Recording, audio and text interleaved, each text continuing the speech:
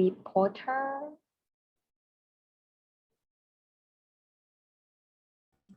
Hi, Will begin their speech. Here.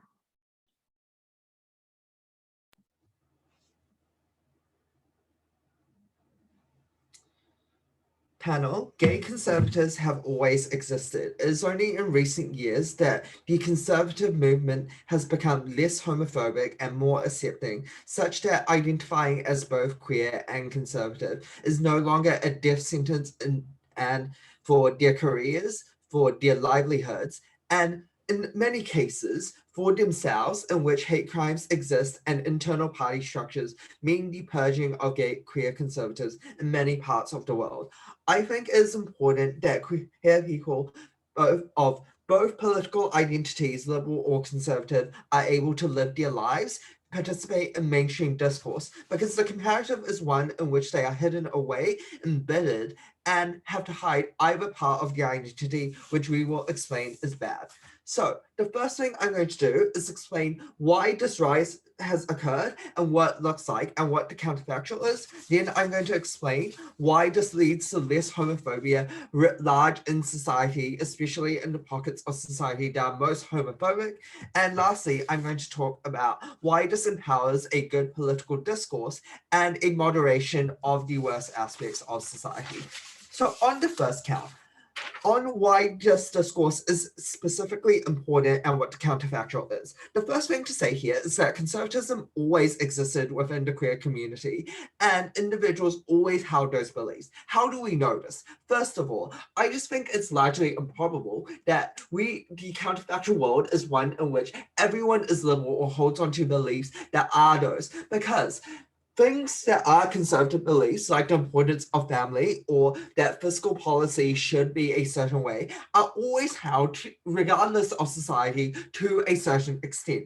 The second, beyond that empirical intuition pump, is that queer individuals come from all walks of life and all different intersecting experiences that would lead to differing political beliefs. Maybe there is a sizable majority that is liberal, but over time, as the conservative have been less heinous on queer issues, I think it is important to recognize that more people are able to express their beliefs and feel like it's not a choice between their political beliefs and their identity. That is important in this debate because the counterfactual world is twofold. Either firstly, the conservative movement is so homophobic and so dangerous towards queer individuals that no queer individual is willing to express their fiscally conservative or socially conservative belief independent of that homophobia and queerphobia, such that they are alienated or endangered in their lives. Secondarily, I think it is that people feel more acceptance within the queer community itself, such that individuals can experience life in a meaningful sense. I know opposition might say, well, it would be good, but I just don't think people having to choose between the two will come to the careful solution of being a good liberal. Rather, they will be embattled conservatives or self-hating or self-loathing or cause enormous amounts of damage in delegitimizing the movement. For example, look to how Candace Owen, even though the Republican Party is incredibly racist, still chooses that Republican belief and carries water for them, rather than being able to say, I reject those elements of the Republican Party and wish for a better one. I'll take the POI now. Yeah, not all queer identities are the same. Which queer identities do you think are the ones engendering this rise?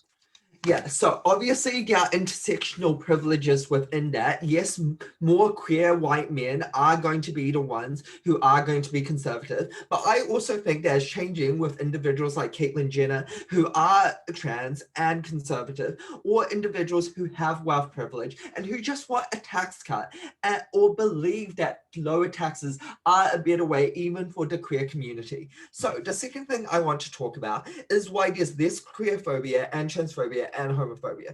There's two goals we want to advance in this argument. The first of which is that the progress in the LGBT community is necessarily bipartisan and reaches across the political spectrum.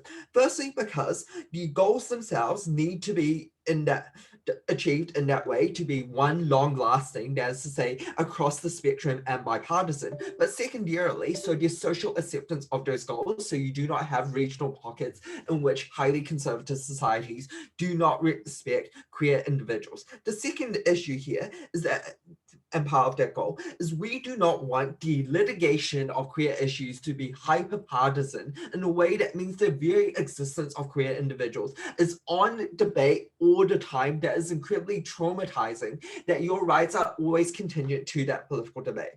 How do we change that? Firstly, through contact theory, I think is one, the conservatives in the party leadership see queer individuals and make these sorts of platform changes of what they are willing to prioritize, which means queer individuals are less victimized by legislation. Secondarily, we get more contact theory on the ground level, because when a conservative from the South is able to say, I am trans and I am conservative because of my upbringing, and I believe those two can coexist, that means their community does not find the liberal politics to reject them, and does not have to choose between their politics and respecting queer individuals, and carves out a space specifically within that politics for respecting queer individuals. Lastly, on the legislative ground, I think it lessens the political incentive for a certain party to say, we will never win the queer vote, so therefore we never have to try, and therefore can always win the homophobic vote. The most power the queer individual can hold is when we vote as a voting bloc, but also when our vote is always up for grab, and therefore there's a reason to compete for it.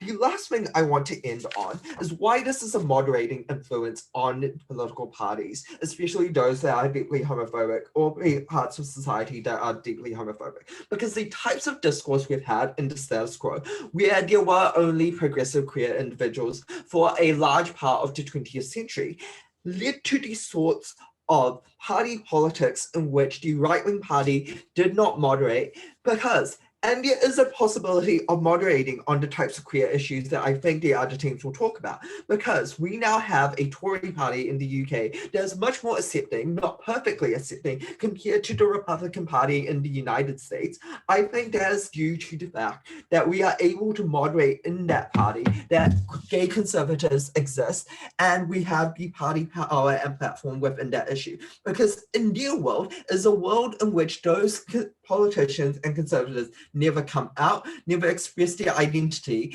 and just stay silent on the issue forever. We would rather they be able to use their voice and join mainstream discourse in a helpful way. Very proud to propose.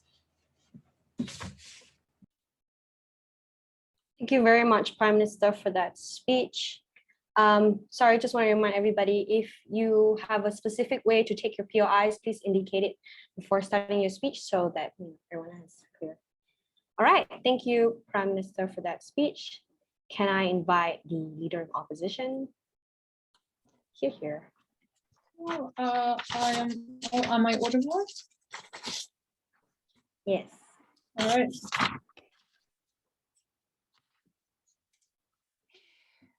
Starting in 3, 2, 1. Panel, make no mistake, conservative parties across the world are not allies of the LGBT community. Supreme justices in the United States all voted against equal marriage. Most Republicans and most people in the Conservative Party in the United States, in the United Kingdom, also voted against equal marriage. In Mexico, conservative parties have been incredibly vocal in favor of conversion treatments and also pro-corrective rape. It is unclear to me why the fact that some parties now have a gay man that advocates for them is necessarily meaning that they're not homophobic anymore, but rather it's more indicative of the same thing that Mexicans for Trump represented, which is some people just do kind of hate themselves. 3 things I'm going to be talking about. Firstly, about why conservatism is incompatible with LGBT rights. Second, about why this is a bad way of including people into the community. And lastly, about safe spaces, why we lose those, why they're so important. Before that, one minor point of response about the thing that I think is the core of the opening government case regarding bipartisan goals, and why it is easier when both conservatives and liberals both have LGBT rights included within their manifesto. I want to note three things. Firstly, is that this motion is not about what gets discussed in mainstream media. This is about what gets discussed within LGBT plus circles. That doesn't mean that conservative parties are suddenly gonna, be looking at those forums and going, aha, we need to also campaign for equal marriage. In fact, it's pretty unlikely. But even if, I still have two layers of response. Firstly, is that in many cases, LGBT plus issues are already seen as a left issue, which means that conservative parties are unlikely to want to delve into those waters, because third, it excludes a lot of their traditional voter bases that generally believe that homosexuality is a sin or that marriage needs to be between a man and a woman are going to be excluded if the conservatives suddenly do a 180 and start supporting those kinds of things, which is why I don't think that they're going to get these bipartisan goals that they are talking about. I think they need to delve a lot deeper into why that happens. So first, why is it that conservatism is incompatible with LGBT rights? I have three reasons why this is true. Firstly, it is because of the belief that comes behind conservatism. It is to conserve the status quo. It tends to yield on the side of traditions such as family structures, such as more religious beliefs. I think this is important because both of those things that I just mentioned, and also conserving the status quo, preclude necessarily LGBT individuals. When most religions say that people who are on the LGBT community are going to burn in hell, when family structures denote that marriage ought to be between a man and a woman and that they ought to, have children, I think that those things necessarily exclude the kinds of values that LGBT people advocate for. And that means that they're incompatible with conservatism. The second thing that I want to talk about here is that it's also about who conservative parties advocate to traditionally. And I think that the traditional conservative voter bases are not necessarily ones that are okay with the LGBT community. That means that overall, they're going to cater more to those traditional bases rather than, LGBT individuals, which is why they're quite unlikely to change their spaces. The last thing is that also overall, LGBT communities tend to be quite intersectional, but also tend to have been quite damaged by heteropatriarchal structures. It means that overall, if you're like a queer Black woman, you're considerably more likely to be poorer than a white straight man. And this is important because conservatism have traditionally been against things like redistribution of wealth. It means that overall, you're harming communities when you support these kinds of things and entrenching power within structures like that are quite heteropatriarchal. Overall, I think it's important that we then don't discuss these ideas with the LGBT circles because it normalizes them, because it makes us think that it is okay, rather than trying to convince our friend that, being conservative is actually really fucking bad for the community. I don't think that we need to be okay with these things, and we rather should actively be trying to convince people out of them, rather than assume that it's acceptable for your LGBT friend to vote for policies that are actively against their own interests. Second thing, why is it that this is a bad way of including people into the community? I think that overall, there's some, like the OG premise is that there's overall some people within the movement that would not join the movement unless we begin discussing conservative issues.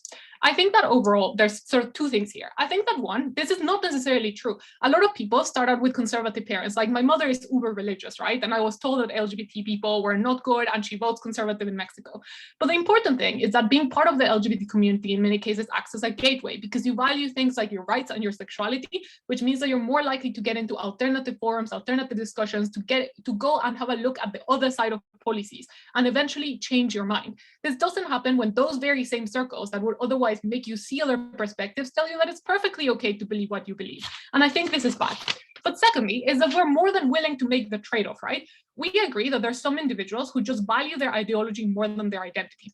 I want to note, however, two things. Firstly, is that those individuals tend to already be people that are incredibly privileged because you have the privilege of not caring about your identity because you don't get discriminated against for being gay, versus individuals that actively have that put in front of them as a box that they have to check every time that they walk out into the streets. Individuals that have been left homeless because of their sexuality are considerably less likely to see it as less important than their identity. So I think that overall, if we exclude people that within the status quo, we need to fight for less.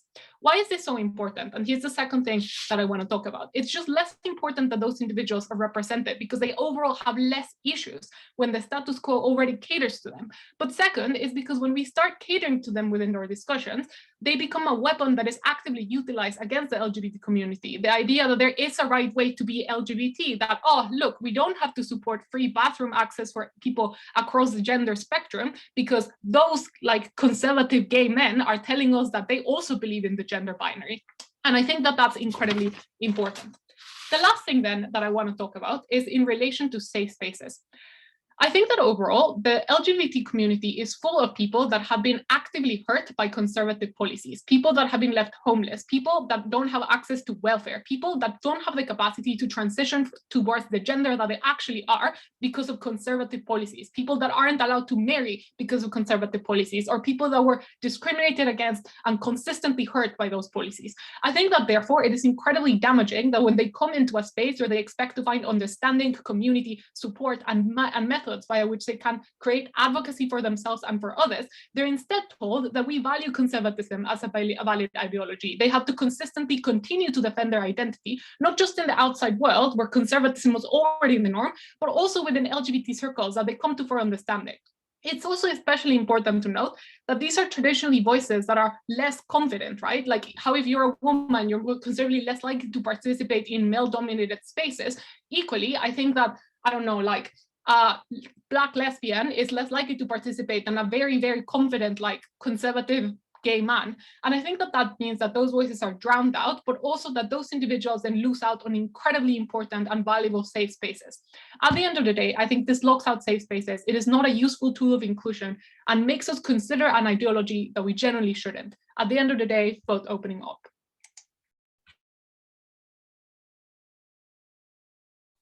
Thank you, Leader of Opposition, for that speech. Now I'd like to invite the Deputy Prime Minister to the floor. Here.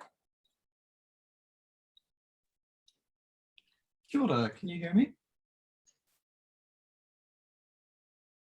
Excellent.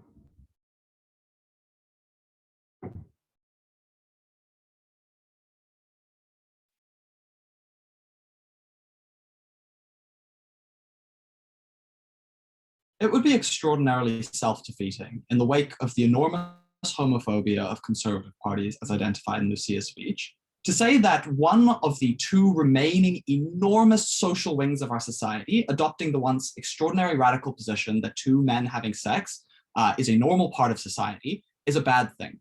What I think that Lucia does not understand in this debate is that what she identifies is a range of status quo problems, of society being homophobic, of intersectionality, excluding marginalized groups within these particular areas. But the coalition that is formed when we mainstream the fact that these LGBT people can have a role and a voice within the conservative movement and make the LGBT specific rights that are key to getting those people to be a part of the conservative movement widespread, we remove enormous status quo harm that she claims is the only barrier to an effective policy.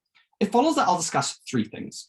Firstly, just to explain why intersectionality is a status quo problem, and why in fact, if you're concerned about safe spaces, it is probably better to ideologically sort yourself rather than allow a bunch of self-hating, closeted conservatives within the LGBT movement exercise their controls in ways that are aggressive and underground. So extension material that I think flips Lucia's point there. Then secondly, explain to you why conservatism can just in fact be good and why we get the best aspects of it, which engages with a dynamic view of conservatism rather than the status quo one that Lucia doesn't. And secondly, explain why we deliver on LGBT goals. And I think Lucia was just extraordinarily glib about the fact that the thing that has driven these people out of the conservative closet is the fact that the conservative movement has become less homophobic, and she necessarily needs to stand for a world in which the conservatism is more homophobic, and so stops people from feeling comfortable expressing it. So, firstly, just of course, a note of clarification. The motion is about mainstream LGBT discourse rather than solely internal LGBT discourse, so necessarily includes both the internal and external rather than the narrowly fiated version presented at Lucia. So on intersectionality, it's quite clearly a status quo issue, because if you accept that this is a group of people who are isolated from the struggles that trans people have, they're not going to be fighting for trans people under the status quo.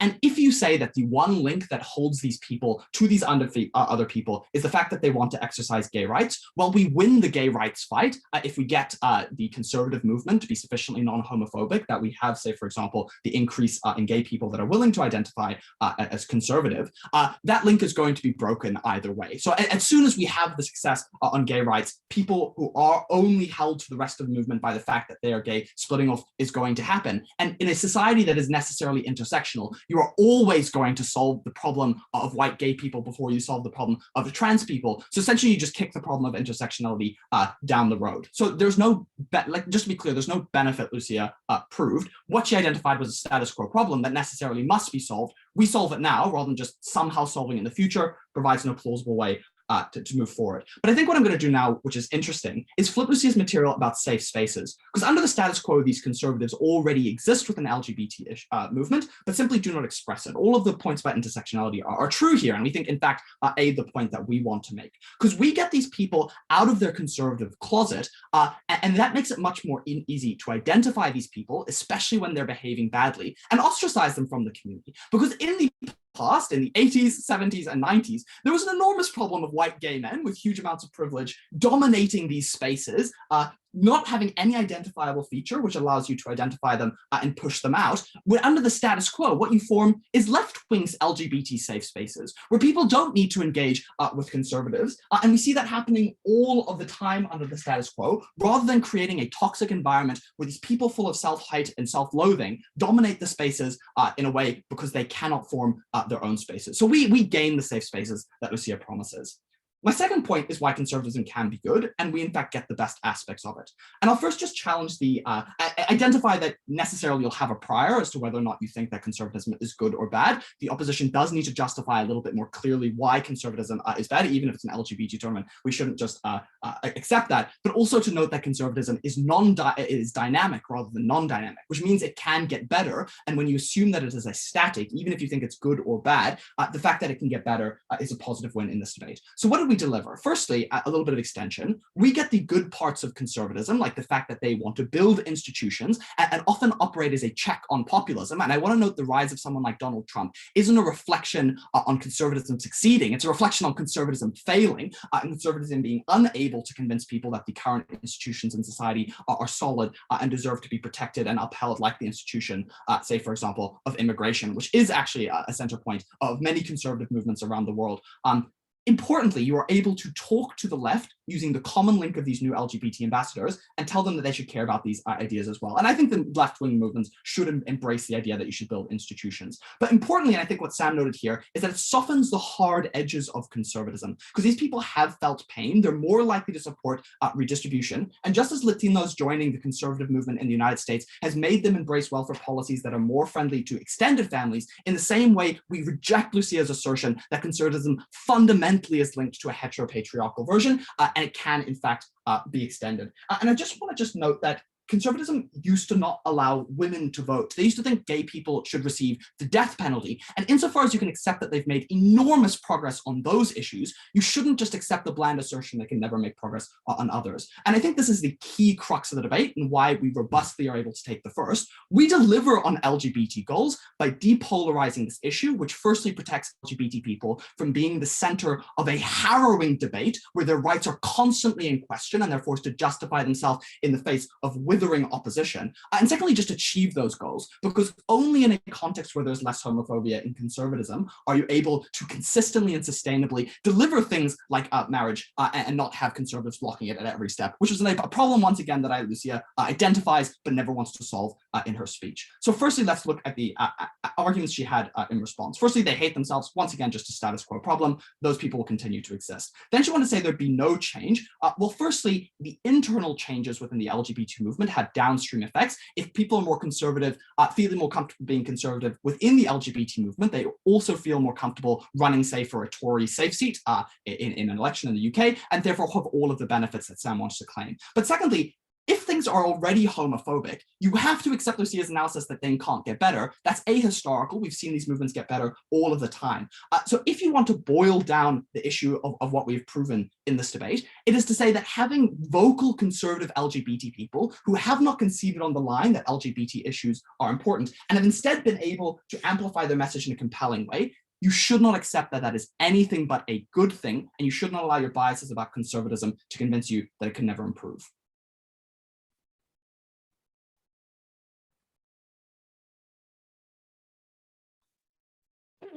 I thank the speaker for that speech. To close the opening half of the debate, I'd like to call upon Deputy Leader of Opposition. You have the floor. Here. I'm XK. I don't use she, her pronouns. Both he, him, and they, them is fine.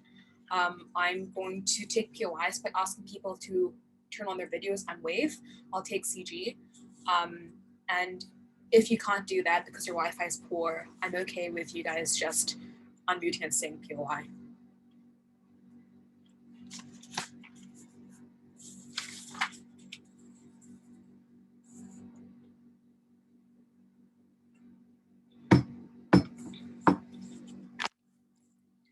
This debate is unfortunately not. This House prefers a world in which conservatism has always supported closeted LGBTQ+ people. It is set in the status quo and saying that we should support a new trend in society. And as such, we must debate about conservative ideals as they currently are. And this is a status quo in which conservatism is deeply entrenched in religion, in transphobia, and in opposition to redistribution, because at the end of the day, people who are conservative and resist change believe that the status quo is fine because they don't experience the feelings of pain and suffering that trans people feel every time that they're forced to enter a bathroom that doesn't represent their true gender, while they're told that if you want to be a real woman, a la Caitlyn Jenner, you should get surgery even if you can't pay for it. If you believe that in order to be a socially respected gay person, you should just be more respectable and avoid displaying all of these inappropriate behaviors that other lower class people might do. At the end of the day, we believe much, much, much more in protecting the people who are the most vulnerable and who need progressive ideology in order to succeed, and that's why we are voting OO. Before that, I just want to give one big piece of structural analysis. That is that, the DPM spike was really, really defensive, because instead of choosing to rebut Lucia's analysis for more than 30 seconds at the end of their speech, they decided to point out deficiencies in the lack of status, in the fact that they didn't realize that this isn't set in the status quo, and the insufficiencies in their analysis. Look, the point that there could hypothetically be a fantasy land in which we act in a grid coalition doesn't mean that that coalition is going to exist. The non-static nature of conservatism means it's likely to get more conservative because the rise of populist politicians has meant they're increasingly riling up people to make them feel angry, for example. But it's unfortunate that they just ignore the analysis that Lucia gave you about why is it that you never ever create a drift towards the left within conservative circles. The first reason, I'm going to reiterate them, is that even if you gay people are a significant number of people when you act as a bloc, that you are still empirically less, I won't take you, OG, less than the number of religious people out there who find themselves fundamentally opposed to it. Why are these religious people always going to reject you? For a few reasons. The first is because this is generally just enshrined in classic and precious Bible documents, for example, which they believe is the true meaning of God. Second reason is just because oftentimes these beliefs align along lines of privilege, and therefore it's in their best interest to cling tightly to ideas about religion that exclude as many other groups as possible. But the second main reason why you never get any shift, even though you're a large number of people, is that even if the sum total number of queer conservatives outweighs the sum total number of fundamentalist Christians in the United States, for example, this isn't going to happen because you aren't going to get unity in the first place. At most, you'll have a small voting bloc of the conservative queers within the community voting in one way against the wishes of the other 80%, because as they themselves acknowledge, conservatives are, at the end of the day, a minority, especially amongst younger people who are the bulk backbone of the LGBTQ+ community. But the final reason is just because, look, we agree that voting is important, but what's important is voting in blocks and in a similar way. And that's why it's so important not to inject this conservative narratives into this narrative, into the LGBTQ+ community. Because right now, the LGBTQ+ community is able to organize to some extent along progressive lines. And for us to be able to successfully defend the most vulnerable people, the vast majority of the LGBTQ+ movement must be united behind one ideological barrier, as opposed to fragmenting into 15 different sub-ideologies that don't agree with each other. Okay, so let me just now dig into the bulk of the OG case, which is that the status quo status quo has lots of conservative people who are quite miserable, and it's important for us to increase conservative narrative so that we resolve the conflict, which means that they don't have to choose between them. Before I do that, does CG have a POI? Yes. So aren't you okay? Now religious community are already more progressive toward LGBTQ, such as the current Pope already more accepting toward LGBT. That's a fact. But I'm questioning since I asked your analysis that it is feasible. Why do you think that happens, and how can it not be more progressive? So that's delightful. The first is that you've just said a part of my analysis, and that analysis, the observation that there's currently a drift towards being more and more progressive is fantastic, because that implies that there's no need to make concessions to conservative people because they're going to drift organically towards us either way. But second of all, I would just say that things really aren't as great as okay, but cool, fine. So just first, why is the case that it just doesn't, this group of people just doesn't exist?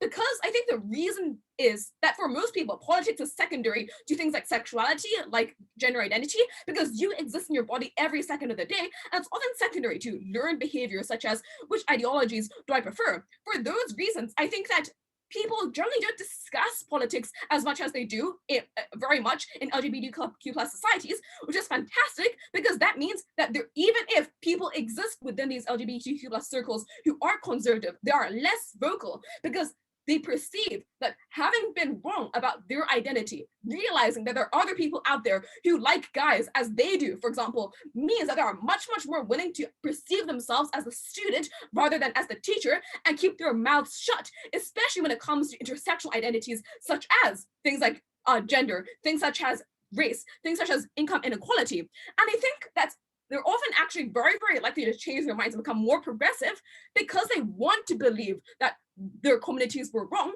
because they experienced vast amounts of suffering at their hands in the past. And what they value is that degree of flexibility and the idea that they could have wrong in the past. I think that that potential of paradigm shift is really, really important, and we achieve it. Why do they actually preclude it and make it impossible? Because I think at the point at which conservative narratives become more predominant within the LGBTQ community, what you get is not a benign acceptance that this is the new status quo. What you get is resistance from Black people, from women, from queer people who are vehemently opposed to conservative ideology for good reason, perhaps because they themselves have had bad experiences, or because they rightly understand that many conservative ideals come at the expense of their own existence. I think what happens then is just a huge amount of infighting and discussion. And that means that conservative people who have been reached out to and who are now entering LGBTQ plus spaces don't see their ideology not being discussed, which is possible to tolerate, but their ideology being openly attacked. And I think that actually drives them away to a far, far larger extent. I think when we frame the LGBTQ plus movement as welcoming, as safe, I think that's the point at which we protect the most vulnerable the most. We don't trade off our political movements. We don't trade off the safety of the most vulnerable. Very happy to oppose.